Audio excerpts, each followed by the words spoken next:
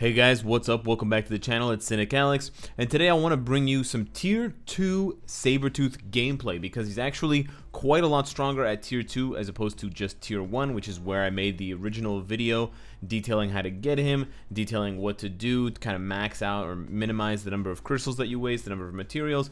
But now I got him to Tier 2. For those of you that are wondering, it did cost me 3 of the packs that I had to purchase in the store for crystals, so it ended up costing me an additional 3,750 crystals, which is fine because I'd rather do that than spend a mega tier 2 ticket. And I also got the gold and the other X-Men or kind of mutant materials involved. As far as his build goes, I haven't done much more to it since the last time you saw it. The obelisk remains unchanged, or the CTP, and we'll talk about the CTP a little bit later because unfortunately I don't think this is the best option for him. Power of Angry Hulk is still at stage 6. I bumped up the Chaotix a little bit just to get a bit more HP and all attack out of them. Those in specific. I was trying to get to stage 7, but I ran out of other ISO that I can use to gear it up to kind of enhance these ones. I don't have any 3 or 4 stars, so I have to just wait until I get more. It's kind of sad. I have a deficiency of fodder, ISO 8. And then for the Uru, I just slapped on a few skill cooldown and 1 ignore defense just to get those 2 stats capped. I am definitely going to be taking him to level 70 soon once I save up enough Mcron crystals because I can now use Phoenix Feathers for Wolverine's uniform. I don't need to use them on Wolverine anymore, and I think I will get him at least some of his gears ranked up. And so this one in particular with the ignore defense and skill cooldown, this is like one of the best gears ever for him because he also needs the recovery rate for his heal. That should allow me to build out his Uru, but I also haven't built out his Uru because of the CTP situation. I don't have any more of them, but I will be hopefully gambling and getting some CTPs of Rage because from what I've heard in regards to other people testing him, the CTP of Rage is the best option for him, and it kind of makes sense because of the way that his healing factor passive works. Not the heal part, but the all defense down part, and I'll explain why when we go into some matches. So we're going to start it off with a world boss fight. We're going to start it off against Proxima. We're going to go all the way up to stage 50. This is about the highest stage he can go. I'm going to try not to die, but it is the maximum he can push at level 60, which is extremely impressive. This is like the stage that I use Wolverine on. Now, he's not as consistent as Wolverine in terms of actually completing the stage. He dies sometimes. He dies actually quite often, but we're still going to try to get it done because, well, it's damn impressive if he can actually do it. But what you'll see is that the all defense down from his passive doesn't actually apply with every single hit. It's only got a 50% chance, and honestly, when I play, it feels more like a 40% chance or a 30% chance to proc. And on top of that, even though it's got a 1-second cooldown for when it can proc again, i.e. After you stack the all defense down, you have to wait 1 second to stack it again. What ends up happening is time runs out. There's only 10 seconds, and stacking all defense again does not reset the timer. So you can add additional stacks. You see it stacks 5 times, but when I go and try to hit him with another attack, stacked 4 times, see, it disappears. And the testing that I've done pretty much indicates this. Once you start the stack off at 1, or with the 10-second timer with the first stack, you have those 10 seconds and that's it. And of course, you only have to wait 1 second. On the 11th second, you can start the stack over again, but the stack is going to start off again at 1 stack instead of at 10. So you can't keep, what I originally thought is that you could keep 10 stacks up the entire match, but that's not the case. Now, the reason why this makes a CTP of energy or any other kind of damage proc slightly less effective for Sabertooth is because you're also forced with a CTP of energy or with any kind of proc to with traditional damage proc anyways to time your attacks on a particular skill. And when you do that, you'll do that, which is when I just stand there kind of waiting. And that's not really the optimal rotation for Sabertooth. It kind of embraces his inner animal by the fact that his passive works best when he's just constantly spamming attacks. Now, of course, you don't want to cancel his 5th skill because it's got the best damage, but at the same time, you also don't want to be standing around not doing damage.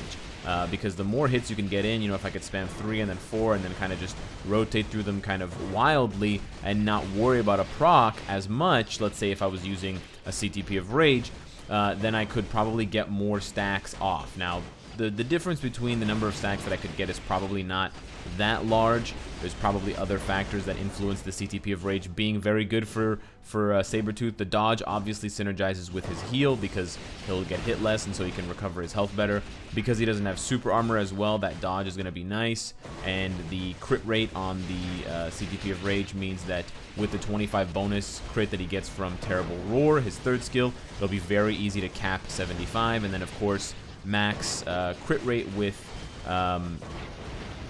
that extra crit damage where he can go above 100 or above 200% is very synergistic. It's the same thing that Victorious gets, so we can understand that. But at the same time, from the perspective of his skills, and it's kind of like Victorious in that way. Victorious's 2nd skill has the all defense down, which is the best skill for her, and it's got a very low cooldown, so you want to spam that. But you can't spam it as often if you have a CTP of energy, because you know that you have to time the beginning of the proc of the CTP of energy with your 2nd skill. And if you're off even by a second, you'll miss the window and you'll end up accidentally proccing on the wrong skill. With the CTP of Rage, all 5 seconds are the window. The window doesn't get, you know, better or worse as time goes on. So in that sense, even though your 5th skill, I mean, you don't want to do the 5th skill when the CTP of Rage is not on proc. That's still an important thing to realize. But other than that, it doesn't really matter whether you start with the 5 at the beginning of the CTP Rage proc or you do it at the end. What matters for Sabretooth, and in order to take advantage of his all defense down stacks, you want to be doing I might die here. You want to be doing the most amount of damage possible and the most number of hits possible, so that you can get the most amount of all defense down the fastest and the longest, which will then improve all of your damage as you continue going on. It actually doesn't look like I'm going to clear here because I've missed quite a few procs, but his damage is good enough to get pretty much all the way, and I actually did beat it, and I had a screenshot up on Twitter. I must have basically nailed all of my procs. But with that one, I had about 30 seconds left when I was going to win. But I want to do another stage now just to show you guys he doesn't actually perform as well as you would hope against someone like Corvus. I originally thought, you know, Corvus is going to be really easy. He's got such low defense, it'll be great. Now the problem with Corvus is the iframes. If you don't bring along mind control, and if you don't get those mind controls to land, and of course these are not the best strikers, but he does need at least 3 of them for the ignore dodge, because his CTP of energy only gives him about 40% ignore dodge. If you want to get 100% dodge, you may not be able to bring that many mind control strikers.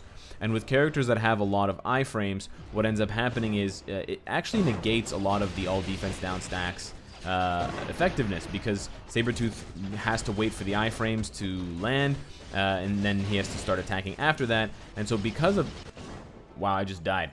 But basically, because of the iframes, it puts gaps in between Sabretooth's attacks. And Sabretooth wants to keep attacking to keep reapplying those stacks of all defense down. And so characters like Corvus, who iframe a lot, characters like Corvus who move around a lot, who kind of, you know, incidentally dodge some of the attacks, they actually make it harder for Sabretooth to shine, which I thought is quite interesting to see. I thought he was going to do better against Corvus than Proxima, despite the fact that he has the penalty, the 50% damage penalty, because Corvus's defenses are just so weak. That's why you can go to stage 80 plus with Deadpool with the same sort of mechanic going on, stacking the all defense down buffs. And although he does work well against Corvus and the damage is good, it's not as good as you might think. And doing a stage 50 Corvus versus a stage 50 Proxima is not very impressive, let me tell you that. I have a lot more characters that can do stage 50 Corvus compared to those that can do stage 50 of Proxima. Now, whether that's just the power of the speed class being overshadowing combat characters in general, I don't really know. But I thought it was interesting to realize, or interesting to see, that I was having more trouble, despite the fact that I was pretty much timing my procs in the same fashion. I wasn't really doing anything different. If anything, it was easier to time some of my procs because he would summon his clones, his kind of outriders, not the Chitauri, to take hits, but because he iframes, then he interrupts you.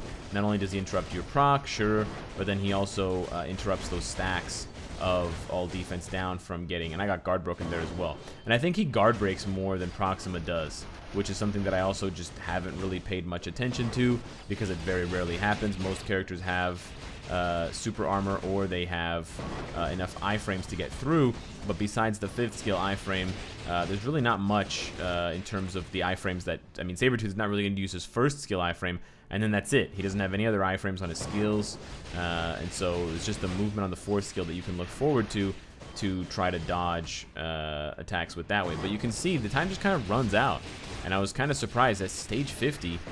You know, Invisible Woman could do stage 50.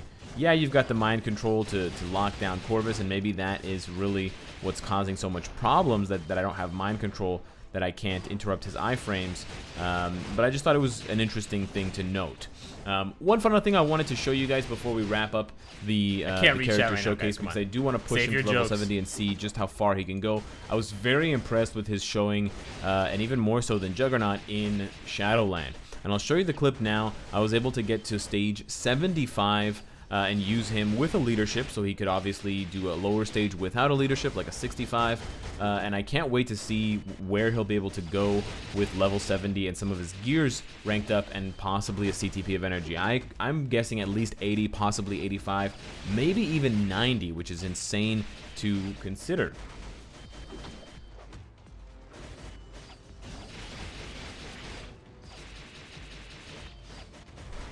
So I think for those of you wondering, as a final question perhaps, whether Sabertooth is a better option than Juggernaut, I think Sabertooth is probably going to provide you with more value in the PvE arena. I haven't seen any high-level gameplay of a Juggernaut in PvP. I haven't heard anything about him being really good in that game mode. He doesn't have Reflect. He doesn't have Guard Break immunity. So although he has some pieces to make himself a good PvP character, it seems like he'll end up being a worse version of Wolverine for PvP, or a worse version of Deadpool, because he just doesn't have those things that make him shine as much, aside from a little bit of Fracture. On the other hand, it's really obvious that Sabertooth is an amazing PvE character, and he just keeps pushing to higher stages, despite the fact that I haven't even finished his build yet, which is a really good indicator of a character's max potential. And I can't imagine, when I have a 20% attack boost, what's going to happen when I bump that to, you know, 30 or 40%, when I get the ISO 8 all set up, when I get his gears kind of bumped up a little bit, and we get that Uru all set up, what he's actually going to be capable of in terms of his final output.